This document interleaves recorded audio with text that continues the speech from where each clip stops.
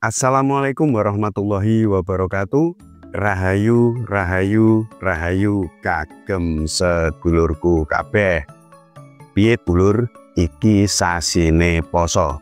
Dulur-dulurku kabeh posone prakya padha lancar. Ayo dulur, posone dilancari, belajar tirakat ngreksa babagan hawa sanga. Dadi posone ora gur mung ngempet luwe lan ngelak, ning bisa ngendhalekne babagan hawa sanga. Krana apa? Krana kuwi penting banget menyangkut lelaku spiritual Jawa. Balik maneh ana ing channel YouTube-ku Sinuman Jawa.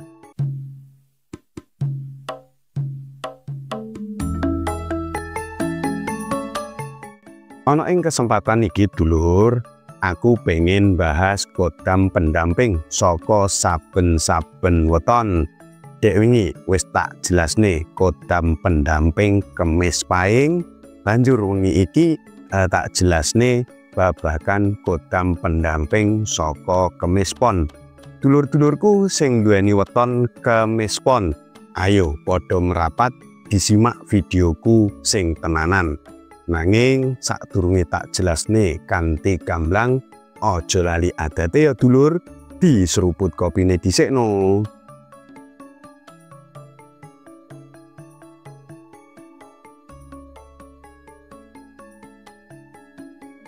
Kodam pendamping saka weton Kemis Pon.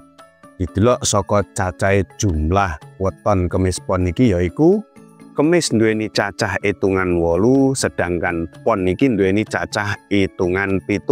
Dadi totale 15. Sifat, watak, karakteran sak piturute wis tak jelasne dek wingi nanggone videoku sadurunge. Ana ing kesempatan iki langsung ae tak jelasne babagan kodam pendamping saka weton Kemis Pon. Kodam pendamping weton Kemis Pon iki yaiku Bala Sewu. Bala Sewu iki kepriye dulur?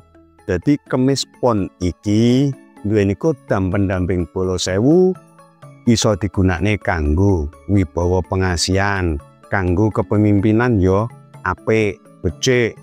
Dheweke duweni sifat sing tegas, mula yen didadekne sebagai sosok seorang pemimpin, weton Kemis Pon iki bagus.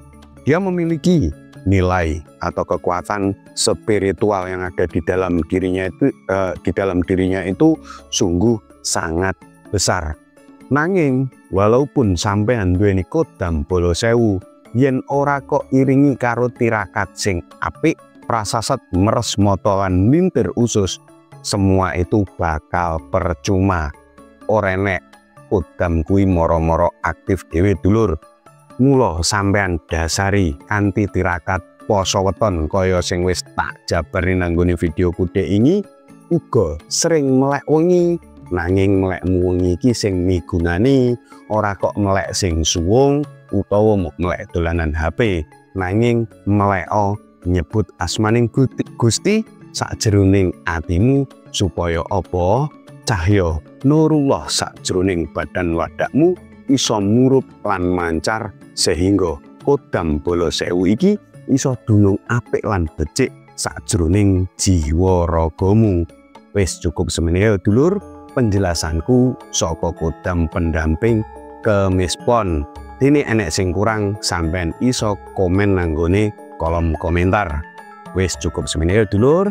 Assalamualaikum warahmatullahi wabarakatuh. Rahayu, rahayu, rahayu kagem sedulurku kabeh.